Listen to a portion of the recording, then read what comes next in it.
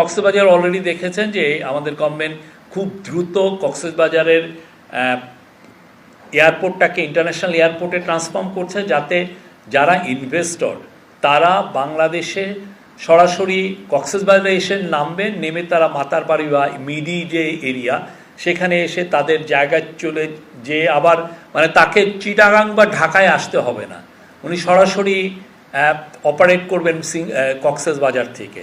তো এইটা আমরা এই ধরনের একটা প্ল্যান আছে, তো সেই জন্য বিশাল ইনভেস্টমেন্ট দরকার।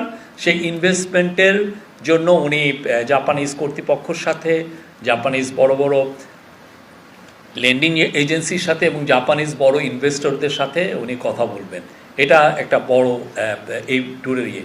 আর এখানে বায়োলেটারাল বিষয়ে যেটা আছে যে আমরা এক্সপেক্ট করছি বিটুইন 500 থেকে 750 মিলিয়ন ডলার বা আপ টু $1 বিলিয়ন মতো আমরা সাপোর্ট এক্সপেক্ট করছি জাপানের থেকে। তার মধ্যে প্রায় $500 মিলিয়ন মতো হবে বাজেট সাপোর্ট, $500 মিলিয়ন মতো হবে বাজেট সাপোর্ট।